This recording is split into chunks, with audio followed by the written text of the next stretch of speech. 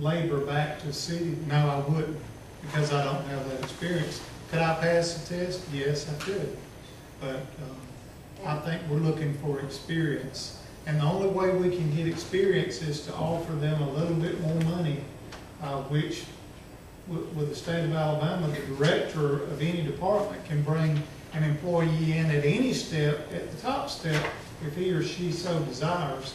And that is to recruit, yes, that is to recruit people to come to work for the state of Alabama. But the director can authorize any step if they want to. The director of any department cannot do that. The only person that can do that is the state personnel director. Because I have to do it on a regular basis when I hire someone. If I want to bring them in at the level that they're making currently coming in, I have to make my request to the state personnel director. That's the only person that can. This is not the only thing, the CDL, that stood out. It's a standing thing in Public Works. If you want to increase your CDL at any time, you're encouraged to do so. I really don't have anybody who has stepped up and said, I will do that. They have been asked. I have the books on my desk. They're available at any time. May I ask you, how did you phrase the question? Because if I worked for you and I was going to get a two-step raise for a $50 test, I may say yes. No, it has never come to me with a raise scenario because I don't have. Is that not indeed the same scenario, though? Yeah. If I were offering them to, those that don't have CDLs to get them.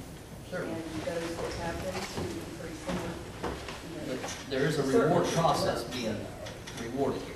This particular employee has a background of, he actually formed, ran the crews that formed the concrete and poured all the curbs, gutters, and driveways in Halcyon development.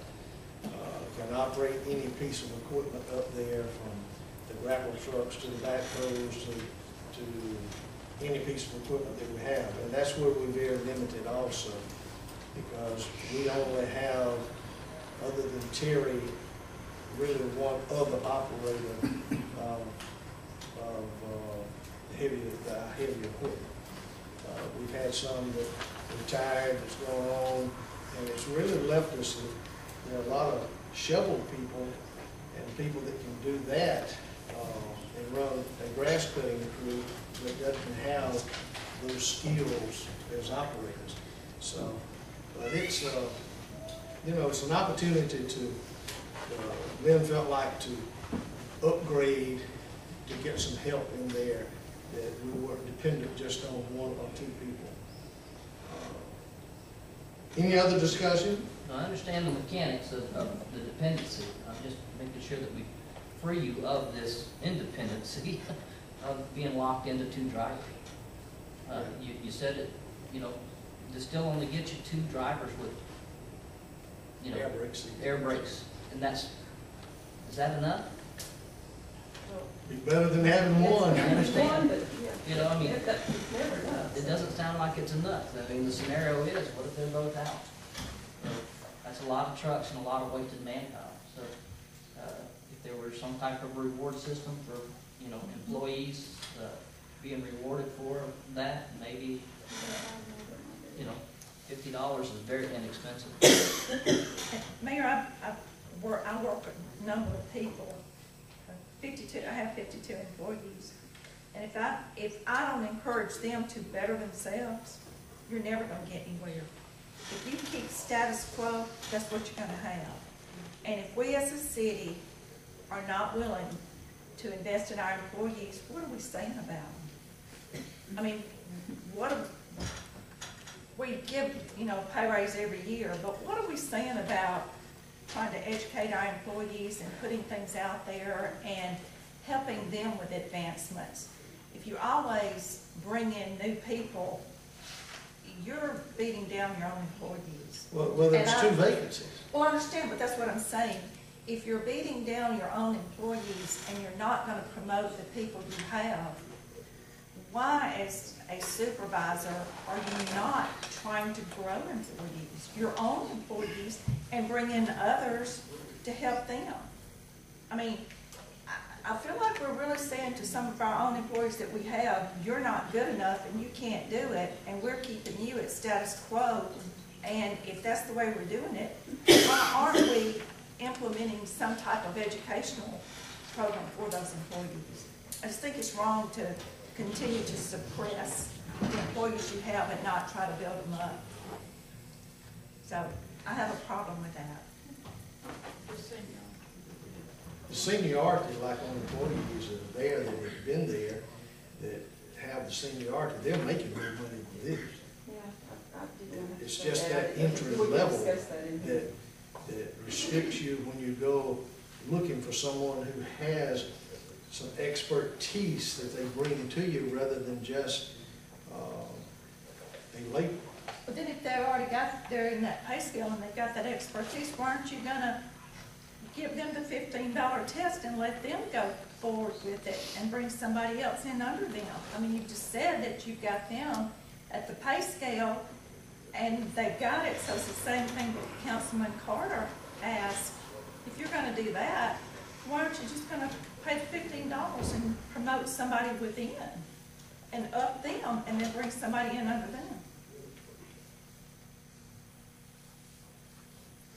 Can I say something? Yes, sir. Last year, when the driver license office moved downtown, Captain Byrd, the commander of the driver license office, offered our employees a chance to come on a special day where they wouldn't have to sit in line, and we hadn't had anybody ask.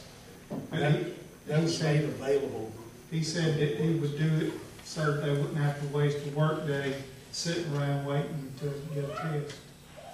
Have we encouraged them? I encourage them every day, Councilman Holt. I encourage them every day to do better, to do better for the city. Although my hands are tied when it comes to promising them the money for anything, that's in basically your hands, not my hands. But I do encourage my staff. I think if you were to ask any of them, they would tell you. And I appreciate the comment you just made, it is in our hands, and that will be on our next agenda. That would be great. Is I to think it would be implement awesome. a merit Several of them system. would, you know, Thank you. you hear that I say, yeah, I encourage them, and what comes out of their mouth is, well, why should I do that? Because I'm not gonna get anything more. But, I mean, I can't do that personally, so. You've never asked for it Been either. encouraged. Okay, any other discussion? Do we have a motion to move ahead with this? Have a motion, have a second, vote. We've got the motion. Now we've had discussion. That was last night. Tonight. Okay. All in favor of moving forward and with these two steps above entry level, let me know by saying aye. Aye. Any opposed? No. Okay, we had 3 ayes, 1, 2, 3, 4 ayes, and 2 noes, so it passes. Okay, boards and committees. Chamber of Commerce. I would like to first thank those of you who came to our annual meeting and our dinner last Thursday night. It was great to see your participation there. I would like to remind everyone that tomorrow night we have the Ask the Experts. We are going to be discussing banking topics, and this is a chamber event. It's free to everyone. It is sponsored by our Minority and Women's Business Task Force, but it's open to everyone. And we want to encourage everyone who would like an opportunity to sit in front of a panel of bankers to answer your questions. And the theme for tomorrow night is Take That to the Bank. It's at the Jeanette Barrett Room. It's from 5:30 to 6:30, and we will have some light refreshments.